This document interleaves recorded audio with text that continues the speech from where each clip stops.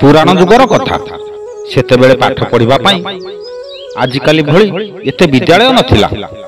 सेतेबेले पिला माने गुरु आश्रम रे रही पाठ पढुथिले। सेमिति जणे गुरु थिले जयदेव भट्ट। जयदेवंकर जेते सब शिष्य थिले सेमानक भितरे 5 जण थिले मुख्य शिष्य।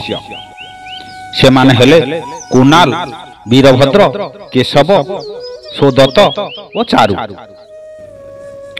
ये 5 जनक उपरे गुरुदेवंकर अखंड विश्वास थिला। तेणु आश्रमर सब काम को ये 5 जनकर दायित्व रे गुरुदेव छाड़ी देइथिले। कुणाल को पानी आनिबा दायित्व दिया जाय थाए। वीरभद्र को कुल बगीचार दायित्व दिया जाय थाए। गाय गोरु कथा केशव उपर थाए। सोमदत्त गाय मान को दुहिबा काम रे थाए। आउ चारु आंब बगीचार रक्षणाबेक्षण काम रे थाए। यही 5 जन शिष्य मानक मध्य चारु भारी सरल स्वभावर पिलाटिए। अन्य साथी माने जेते जहा चिड़ेई कहले मध्य से सेई कथा को जमा कान को निया नाही। बेले बेले हसी देई ता काम रे चली जाए। थरे गुरु जयदेव को सांग रुद्रमणि आश्रम को बुली आसी थांती। तेणु गुरु जयदेव तांको 5 जन शिष्य को पाख को डाकी कहले, पिला माने मन दे सुनो, मोर बंधु बहुत दिन पर आम आश्रम को आछंती। जेमिति केही हेले जणे निज काम रे अवहेला न कर, दायित्वपूर्ण भाव रे निज निज काम करबा उचित। गुरु को आदेश पाई कुणाल गोटे बड़ कुंड रे पानी रखी देई रुद्रमणि को कहले, गुरुजी ये जे पानी आनिछि सेटा भारी मीठा आ भारी ठंडा। आश्रमर सबुठारु भल कुअरु बाछि बाछि ए पानी मु आनिछि। तेणु आपण को ये बहुत भल लागिबो। एहा परे वीरभद्र रुद्रमणि को हाथ को गोटे फूल तड़ा बढ़ाई दे कहले, गुरुदेव आम बगीचार सबुठारु बास्ना फूल मान को बाछि बाछि ए सज फूल तड़ाटी तैयारी करि आनिछि। ए आपण को बहुत भल लागिबो। यार बास्ना रे आपण को मन आनंदित होई जिवो।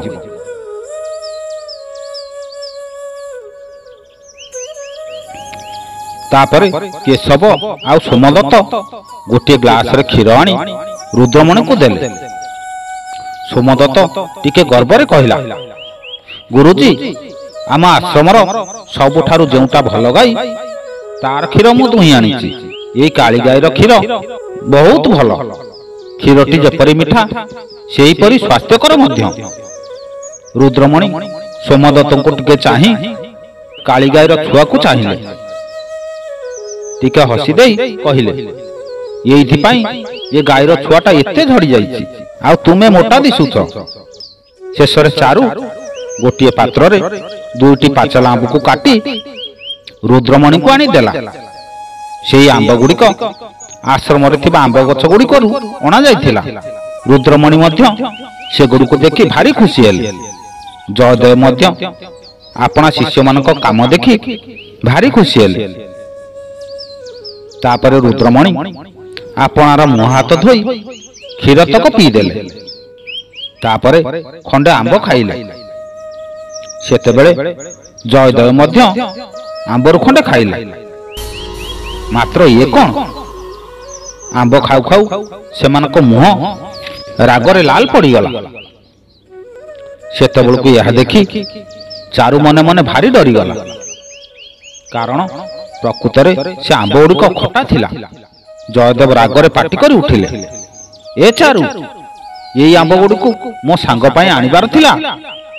केउटा मीठा आंब केउटा खटा आंब तू आज जाए कौन जानी पारिलुनी? गुरुंकर राग देखि चारु बड़ विनय भाव कहला, गुरुदेव एथि पई मु बड़ दुखित। हेले मु त केवल बगीचार रक्षक। मोर फलर स्वाद चाखिबार अधिकार बा आसिला केउठु? गुरुदेव मु किपरि जानिबि केउ गछटीर आंब मिठा आ केउ गछटीर आंब खटा? मु किपरि आंबर स्वाद चाखि थांती? एथिरे अन्याय होई नथंता? चारु ठारू एकथा सुनी जयदेवंकर मुहर कथा पदे बाहरला ना। एतिकी बेले रुद्रमणि टिके हसी देई कहले, ବନ୍ଧୁ, ତୁମର ସମସ୍ତ ଶିଷ୍ୟ ସେମାନଙ୍କର ଶକ୍ତି ଅନୁସାରେ ମୋତେ ସମ୍ମାନ ଦେବାକୁ ଚେଷ୍ଟା କରିଛନ୍ତି, ମାତ୍ର ସେମାନେ ଉଣା ଅଧିକେ ନିଜ ନିଜର ନିୟମ ଭାଙ୍ଗିଛନ୍ତି। କୁନାଲ ପ୍ରଥମେ ପାଣିକୁ ପିଇ ସାରି ମୋ ପାଖକୁ ଆଣିଛି। ବୀରଭଦ୍ର ଫୁଲ ତୋଡ଼ାଟି ଦେବା ପୂର୍ବରୁ ନିଜେ ଶୁଙ୍ଘିକି ଆଣିଛି। ଆଉ କେଶବ ଓ ସୋମଦତ୍ତ ମୋତେ କ୍ଷୀର ଦେବା ପୂର୍ବରୁ ବାଛୁରୀ ଭାଗର କିଛି କ୍ଷୀର ସେ ପିଇ ଦେଇଛନ୍ତି। ହେଲେ ଚାରୁ ହେଉଛି ଏକମାତ୍ର ଶିଷ୍ୟ ଯିଏ ନିଜ କାମକୁ ସାଧୁତାର ସହିତ ସମ୍ପାଦନ କରିଛି। ସେ ଯଦି ନିଜେ ଆମ୍ବଟିକୁ ଚାଖିଥାନ୍ତା ତେବେ ଖଟା ଆମ୍ବ ଆମକୁ କେବେ ହେଲେ ଦେଇନଥାନ୍ତା। ଆମ୍ବର ସ୍ୱାଦ ଅପେକ୍ଷା ତା ଆଗରେ କର୍ତ୍ତବ୍ୟ ହିଁ ଭଗବାନ, ଏକଥା ତା ମନରେ ସ୍ଥାନ ପାଇଛି। ତେବେ କୁହ, ଚାରୁ ଆମକୁ ଖଟା ଆମ୍ବ ଦେଇ ଭୁଲ କରିଛି ନା ଠିକ କରିଛି? ଏହି କଥା ଶୁଣି ଗୁରୁ ଜୟଦେବଙ୍କର ଆଖି ଲୁହରେ ଛଳଛଳ ହୋଇଗଲା। ସେ ଚାରୁକୁ ଆଦରରେ କୁଣ୍ଢାଇ ପକାଇଲେ ଓ କହିଲେ, ଧନ୍ୟ ତୁ ଚାରୁ, ଧନ୍ୟ ତୋର ଗୁରୁ ଭକ୍ତି, ଆଉ ଧନ୍ୟ ତୋର ପିତା ମାତା, ଆଉ ଧନ୍ୟ ତୋର ସାଧୁତାକୁ। ବନ୍ଧୁ, କାହାଣୀଟି ଯଦି ଭଲ ଲାଗିଥାଏ ତାହେଲେ ଭିଡ଼ିଓକୁ ଗୋଟେ ଲାଇକ୍ କରି ଚ୍ୟାନେଲକୁ ସବସ୍କ୍ରାଇବ କରିଦିଅନ୍ତୁ ଏବଂ ବେଲ୍ ଆଇକନକୁ ଦବାଇ ଦିଅନ୍ତୁ। ଜୟ ଜଗନ୍ନାଥ। ନମସ୍କାର।